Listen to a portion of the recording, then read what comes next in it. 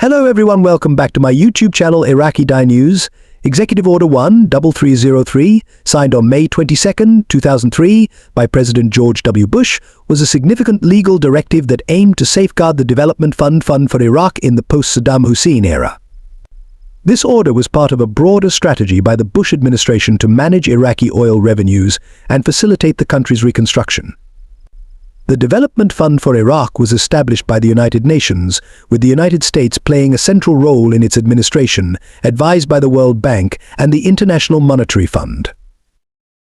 The order provided comprehensive legal immunity to U.S. corporations and their contractors working in Iraq, particularly in oil-related enterprises.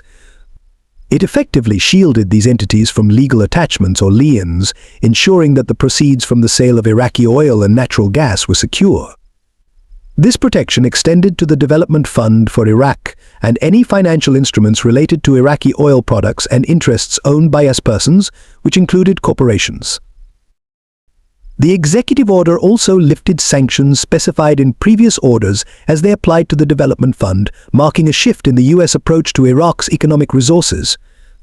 The national emergency declared to address the threat to the peaceful reconstruction of Iraq has been renewed annually, with the most recent renewal occurring in May 2023.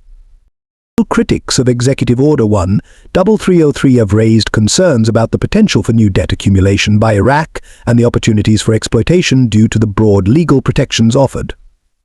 They argue that the order could facilitate U.S. government and corporate interests at the expense of Iraq's sovereignty over its natural resources. The transfer of oil and gas proceeds into the Development Fund for Iraq has also been a point of contention, with some viewing it as a form of neocolonialism disguised as humanitarian assistance.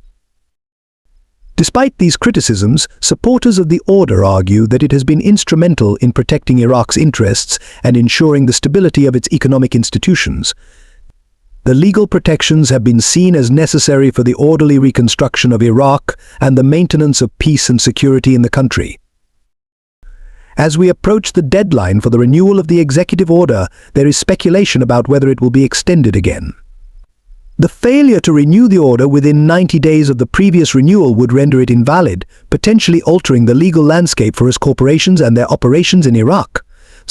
The implications of such a change are significant, as it could affect the ongoing efforts to rebuild Iraq's infrastructure and economy.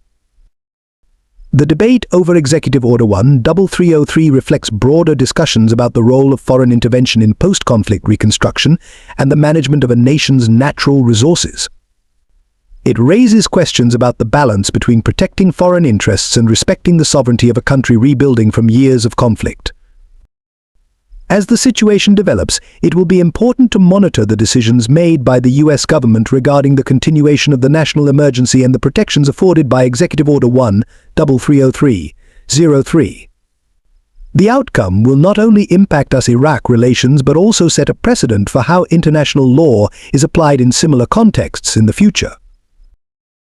In conclusion, Executive Order 1-3303 represents a complex intersection of legal, political, and economic considerations. Its continuation or expiration will have lasting effects on Iraq's path to recovery and the international community's approach to nation-building and economic development in post-conflict settings. The coming months will be crucial in determining the direction of U.S. policy towards Iraq and the legacy of this pivotal executive order. I hope the given detailed explanation should provide a clearer understanding of the financial reforms happening in Iraq. If you need further elaboration on any specific points or have additional questions, please let me know, and I'll be happy to assist you further.